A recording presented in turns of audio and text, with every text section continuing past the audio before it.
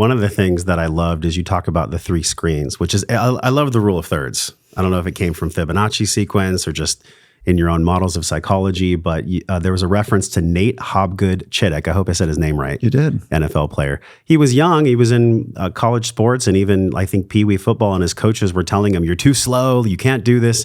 And he developed this screen where he would only let certain things come in that were actually of service to him. Can you talk about the screen model? Obviously, this takes practice. This is not some like panacea where once you hear this, you guys, it's going to fix your life. But if you practice it, just like meditation or breath work, it can fundamentally shift you. Yeah. Can you talk about the screens a little bit? Yeah. So Nate Hobgood-Chittick, dear friend of mine, no longer with us. He passed away, we believe related to CTE. He won a Super Bowl. And so he was an elite athlete in the NFL. I should say he didn't win the Super Bowl. He was a member of a Super Bowl winning team and a significant contributor in a lot of ways. And so during our friendship at one point, he goes, and he's laughing and he's got this huge personality, belly laugh that's like a abundance of joy inside of him.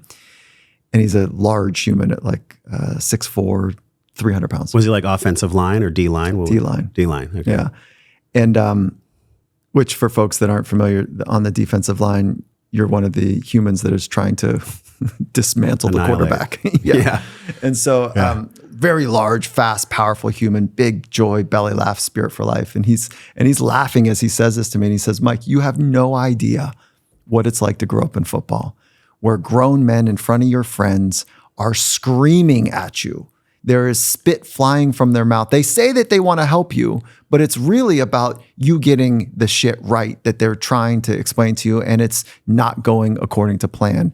And they scream at you, when are you going to get it? You're too slow. You're never going to figure this out. I've told you 1,000 times, a half step, just a half step. That's all. Why are you taking a full step? What's wrong?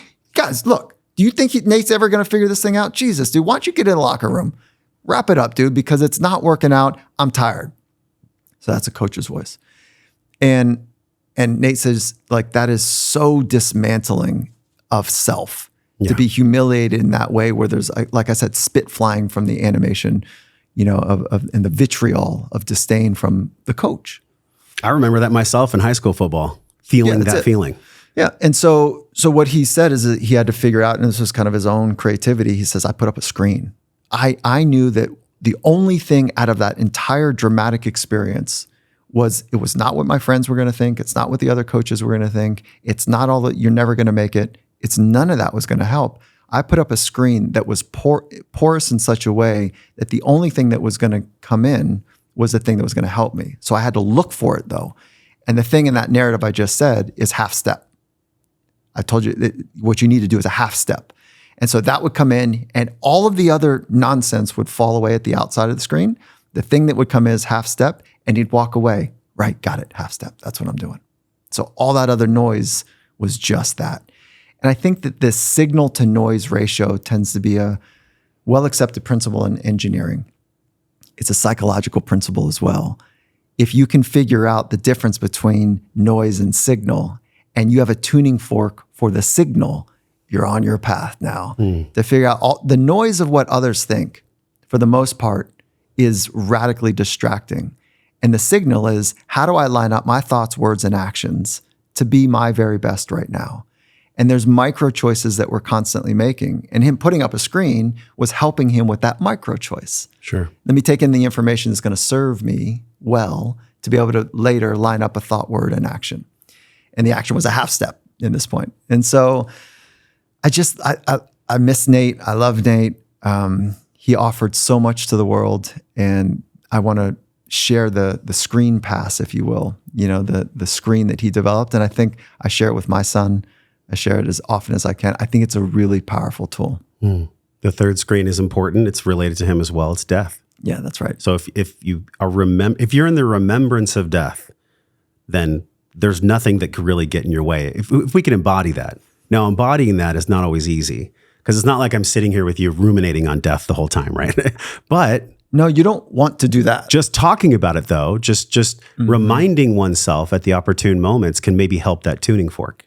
Yeah, I think the idea of this is not a new idea, which is, life is fragile, death is coming, prepare yourself well for death. And the samurai approach that I've been attracted to with death is that I want to die a noble death. And that doesn't mean in a certain way or a certain time. It means at the moment of my death, I want to be very clear.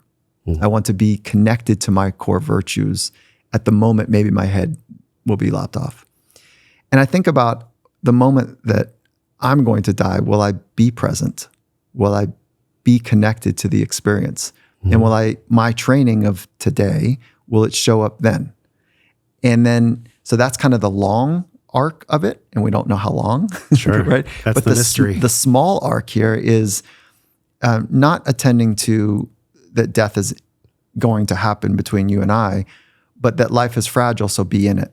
And when you experience death and trauma, you can begin to embrace just how fragile life is. No one's getting through this world without trauma. Small T, big T, you've got it. We've all got it. And if we can get in touch with that, and hopefully we know people that, not hopefully, but because I don't know the age of your audience, but death has happened around us as well. It's a reminder that, hey, listen, it's coming. How do you want to honor the time that you're with your people? So I have a small practice that now I'm kind of giving the gig up, is that when I say goodbye to you, like I'm going to mean it. And so it's a small practice to me because I don't know when I'll see you again. Sure. And maybe it's never. Maybe it is, maybe you're out in Cali in the next couple of weeks. I don't know. So when I say goodbye, I mean it, and I just honoring the fragility of it. So that prepares me for my next engagement with anybody to be more in it, because I just practiced a mini death. And my wife is like, God, Mike, it's just so heavy. Can't we just whatever, But it helps me be more present because I don't know when it's going to evaporate. Evaporate's an interesting word. That's basically what happens because we're mostly water. I just take a sip of water. Check out some of the videos on this screen that are perfectly curated based on the video you just saw. Make sure you follow me, and I'll see you in the next video.